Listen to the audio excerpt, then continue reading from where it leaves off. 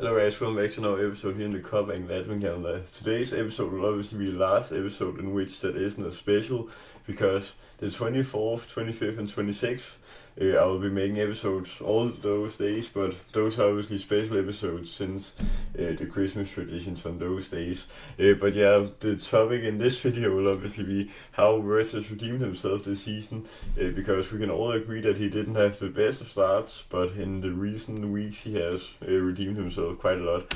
So obviously he was brought in with high expectations. He was obviously the most expensive Premier League signing when we signed him in the start of the summer. Obviously we signed Isak later on, in which we got the two most expensive Premier League signings ever. But yeah, Wirtz was definitely the most expensive player for some time until we signed Isak. So obviously many knew of his great technique. A lot of people obviously saw that Leverkusen season in which they went unbeaten in pretty much every tournament. Apart from that, they lost the Europa League final, but he was so great in that Bundesliga season. I just remember watching it and thinking that he was some kind of magician on the ball. A player like maybe, I don't know, Xavi Iniesta, just with so much technique and had so much power to do a lot of great actions on the field. So obviously, as I've talked about, it's a very technical offensive midfield player. Probably the most technical player we've had since Coutinho. So we also needed to adapt to that because last season it was just such a hard-working midfield with Gravenberg, McAllister and Szoboszlai as our main midfield. But obviously this season we've had to adapt with some more technical attributions on the central part of the field. So obviously the start at Liverpool was, I would say it was quite great. But obviously people already started to criticize him early on, in which you can see that half of his opening six League or Champions League games were under 7 in rating, but the others were over 7 in rating. But obviously I also remember him getting an assist in the Community Shield against Palace, but obviously he was, I especially remember the game against Atletico, in which he was quite great on the ball from his start at Liverpool. Obviously at Arsenal, I think Szoboszlai stole the spotlight with that free kick, obviously. But obviously then our bad run starts after the win against Everton, in which we start here with the Chelsea game, in which he doesn't have a game above 7 in those 3 games against Palace, Gala and Chelsea. But that's also up to the team, because obviously none of the team were performing specifically well in that run. But then we have a large stretch of games here from United to the City, in which he has only 2 green ratings here against Frankfurt and Real Madrid. But obviously his game against Frankfurt was very great with 2 assists, and he was just very fluent on the ball in general. And then obviously against Brentford, that was just a shambolic game from the whole team, and also against United. Against Villa, he obviously only got 14 minutes on the pitch, which obviously isn't that much, so I don't think we should rate him too much on that game. And obviously against United only got 29 minutes on the pitch, so maybe also we shouldn't rate him that hard on that game. But against City, obviously not a great game, but the whole team was outclassed that day. But obviously against Real Madrid and Frankfurt, he basically played full time in both games, in which he just was so great. And he obviously was injured against Forest and PSV, in which we got hammered by 3 goals in both games.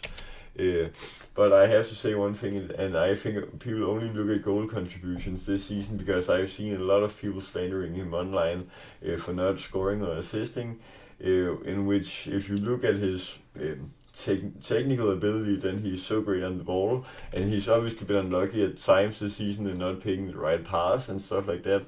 But I think people only look at the goals and assists to review, to rate a signing, I'd say. Obviously because he has created 28 chances this Premier League season, which almost is 2 chances per game, and that he has played 16 games.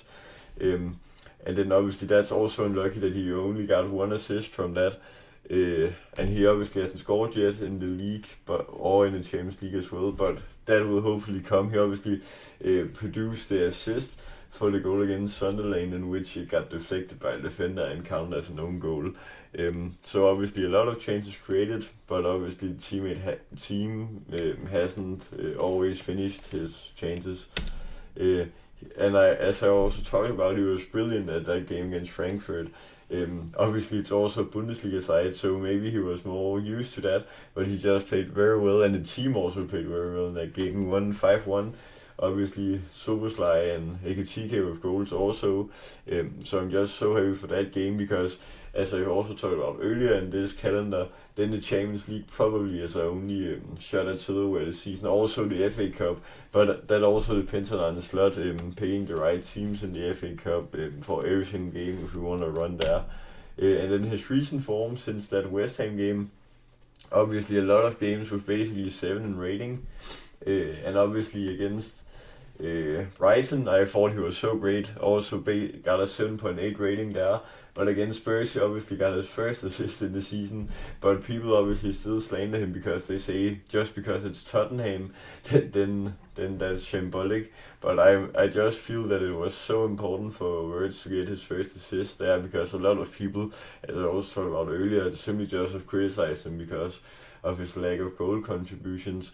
But I also feel that he's just quite much better right now compared to the start of the season, because now he just feels his role a bit more, and he also plays in a more safe space, I feel, now than earlier in the season, because he obviously feels a lot more free on the ball and can combine with players better. I remember in the game against Spurs he had quite some times in which he set a player up quite well, and he also had a great shooting opportunity in that game in which Vicario sadly saved it, or else he also could have gotten on the score sheet for the first time in his Liverpool career. But yeah, guys, so that's my take on how Wirtz has redeemed himself, because honestly his recent form has been quite great, and obviously been unlucky with teammates not capitalizing on the chances he's creating. But yeah, guys, I hope you enjoyed this video. Remember to like, subscribe, and share for all Liverpool fans. Till next time, peace.